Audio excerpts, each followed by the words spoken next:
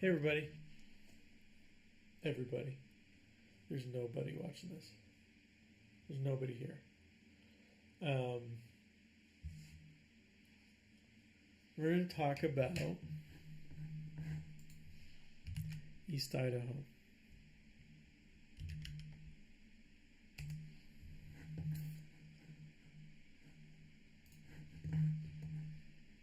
Okay.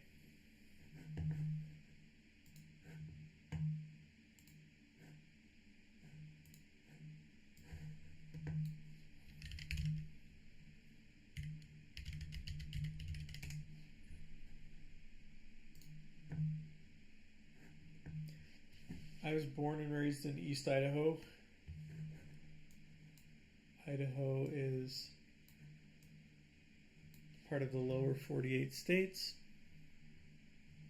In the west, this northern tip touches Canada. It's kind of a weird, like turned over pot shape. The Rocky Mountain Range, which runs from Alaska down to southern New Mexico, runs right through it.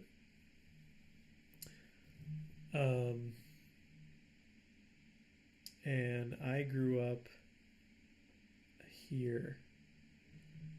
I was actually born in this little clump here, Rexburg, Idaho. I grew up in a little tiny Mormon farming town called Sugar City. Named Sugar City because of a sugar beet kind of industry and processing center that was here. It's been renovated. It's like some ag equipment building now, but they used to actually kind of out in the fields and stuff out here in Plano. I think as far as like Egan Lakes. Egan or Egan? I'm kind of embarrassed. I don't know how it's pronounced. Egan? Is it Egan or Egan? Egan Lakes.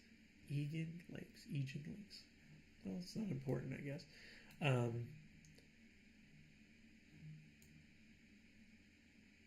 But, you know, even as you get kind of far out, they had created a system of underground canals where the farmers would just gather their sugar beet harvest and just dump them into these inlets. The the sugar beets would float on the water like underground, and they'd be gathered at the warehouse and processed, turned into sugar. So that's kind of where I grew up. Grew up Mormon. When I was 20, I served a Mormon mission in Italy.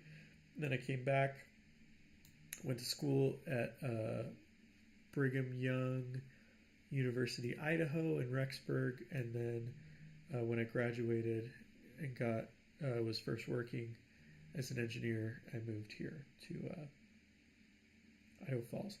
Now I live kind of south here of Idaho Falls, so I'm kind of surrounded by these geologic features. So we've got, they call this Hell's Half Acre, and it's kind of the younger sibling of the Craters of the Moon National Monument, which is, you know, Craters of the Moon is more striking. Hell's Half Acre is basically flat, pretty featureless, and you don't have any kind of infrastructure to access like the center of this geologic feature as far as I know. But it is really close to where I'm living now.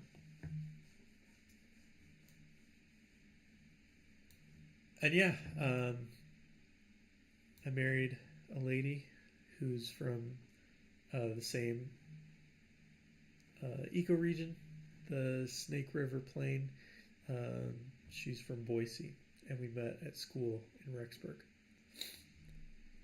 So,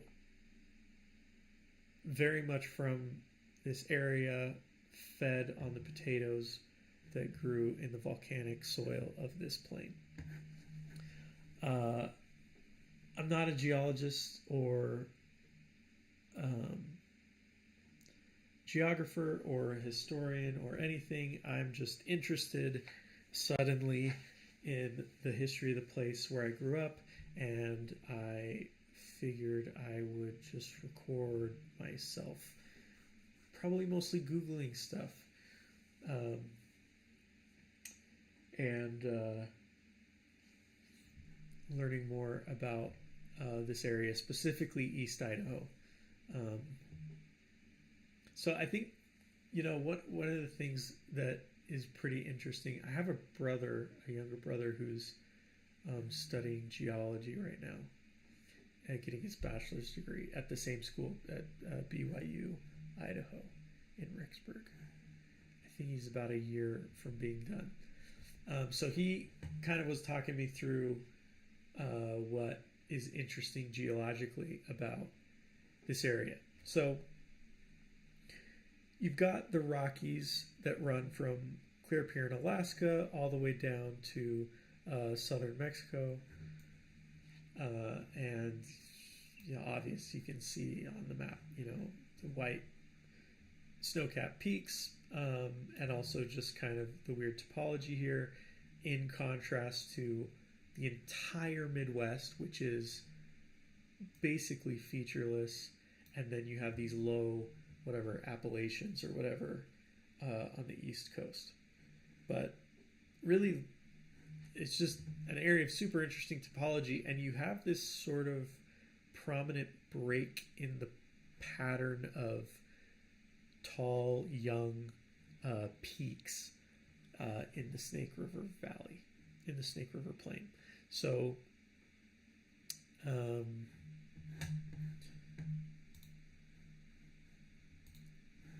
actually gonna bring this over here. All right. I'm gonna bring in a snippet of that map. All right.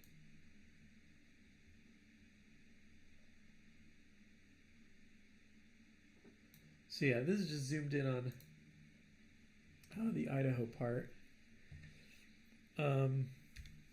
But you've got this kind of, you can see, like, the same way you can kind of look across the, when you're talking about, like, plate tectonics in school and the continental plates, the way you can kind of zip together the negative space in Africa and the positive space in South America, and sort of see where certain geologic features line up. And I think you can even do it with like plants and animals and stuff. You can kind of do this similar thing where you project these lines down. So you've got these peaks, this sort of wavy range here in kind of the Ketchum, Stanley, sort of Sun Valley area. And then down kind of toward Bear Lake, Preston, south of Pocatello, you can kind of see like the continuation of those of that pattern.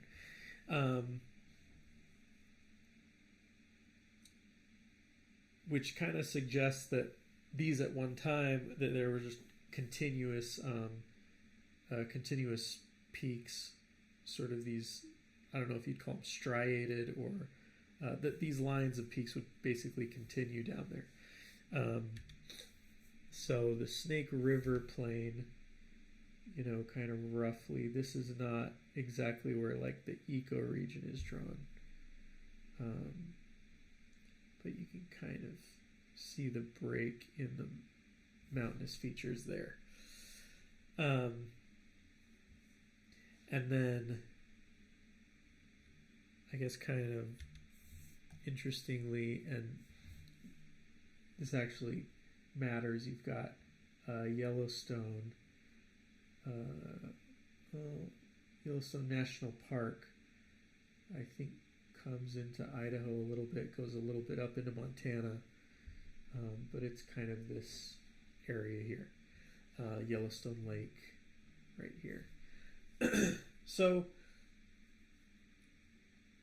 the theory, and I think this is pretty well proven, is that this isn't even a theory, this is just an observation, that the North American plate is moving in this direction relative to the, geologic substrate that it kind of moves on top of. And what you have here in Yellowstone is a hot spot where like heat and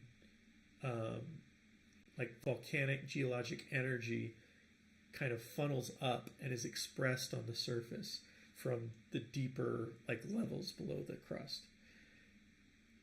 And so that's why you've got geysers. It's why you've got, the sulfur vents and all of the geologic stuff that's going on, the volcanic activity that's going on in Yellowstone. And the theory is that as this plate moved,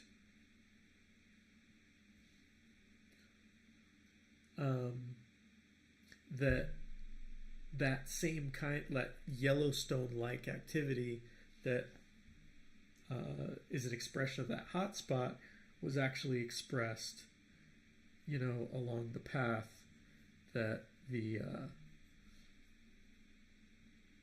plate moved. And so that's why you've got these major lava flows here, here, here. Those are all remnants of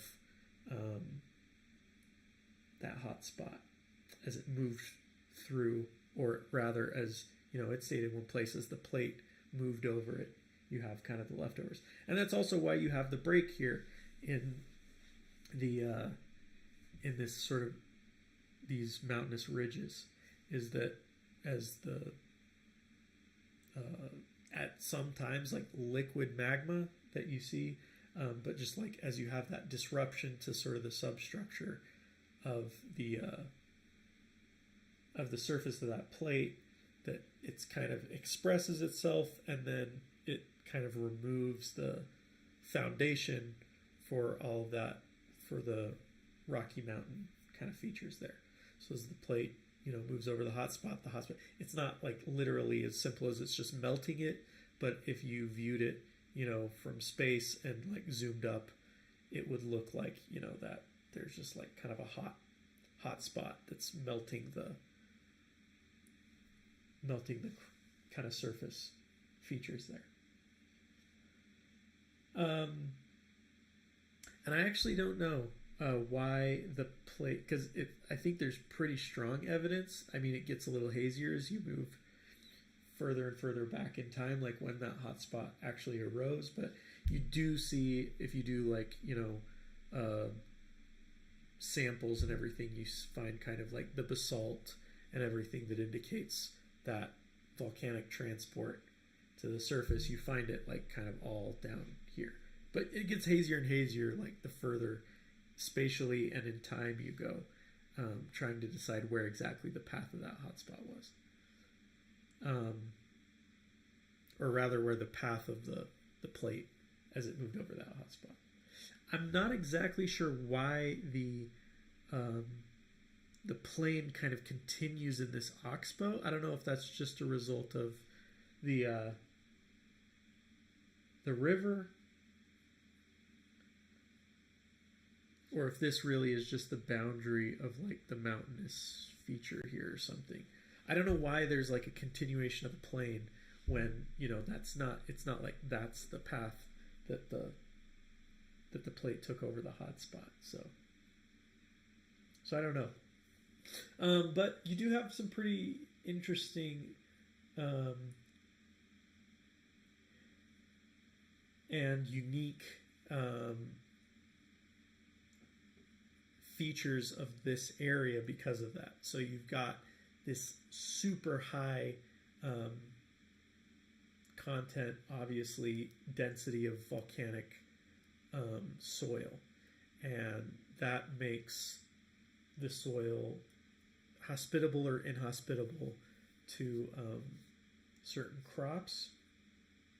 One of the crops that Idaho very early on in its history became famous for was the potato, and specifically the russet variety of potato. There's a lot of experimental potato growing here, some of what I think they call first gen potato growing, where they don't use like heritage plants, but they kind of generate strains in like a lab and then grow those tubers that become Gen 1 potato crops.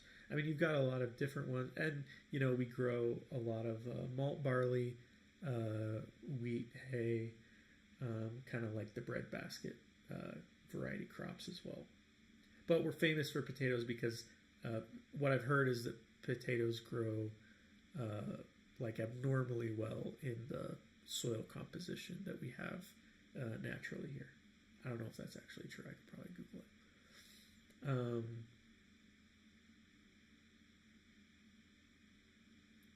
And then, yeah, if you look at the Snake River Plain as an ecoregion,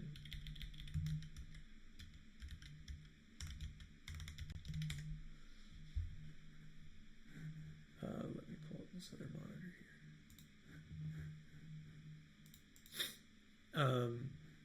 Here in Wikipedia, this is actually pretty good, interesting article. The Snake River Plain is known as a level 3 ecoregion. It's just kind of like a layer of granularity, breaking out like common features of sort of mostly plants, I think, that are kind of common in an area. So, you know, as you drive through the entire Snake River Plain, you're going to have, you know, if you made the entire drive across the United States, there's certain, that part of the drive would look kind of similar. But they break down these ecoregions further into level 4 ecoregions. So you can see like, you know, 12A, B through, you know, H, I, J, K maybe. There's like further ecoregions, and obviously the volcanic flows are one.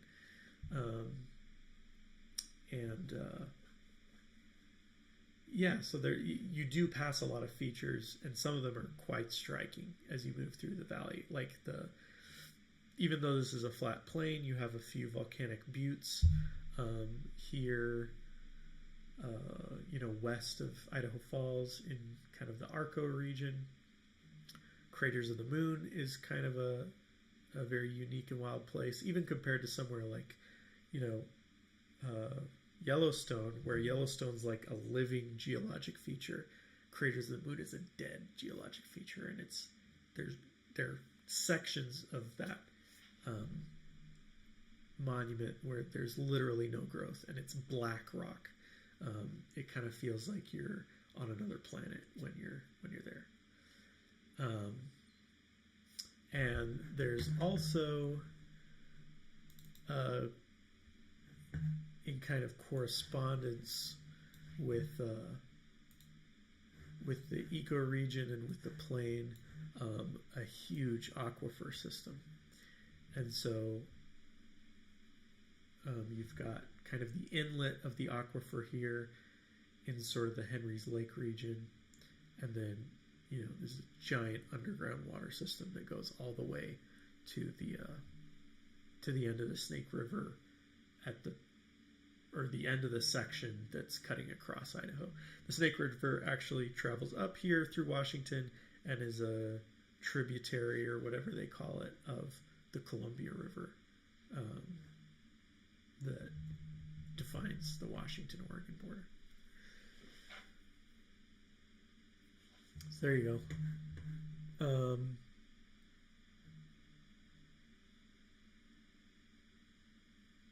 So that's kind of like high level, I guess, the geology of East Idaho. And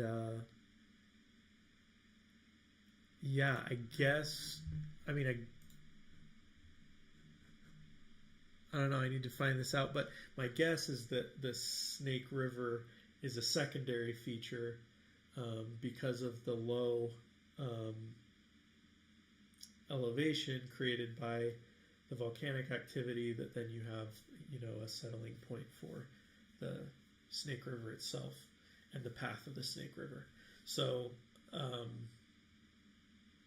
and that just determines everything about Idaho. And where settlements went up. I'm talking about the Snake River because that's where all the agriculture and settlement could happen because naturally and sans technology, it really is not an inhabitable area. I mean, obviously it's habitable. It was inhabited by Native Americans. Some of the oldest human artifacts in North America have been found here in Idaho, if not the oldest dated artifacts. So, I mean, we know that there have been people here, but in terms of permanent settlement, the Snake River is definitely the key player.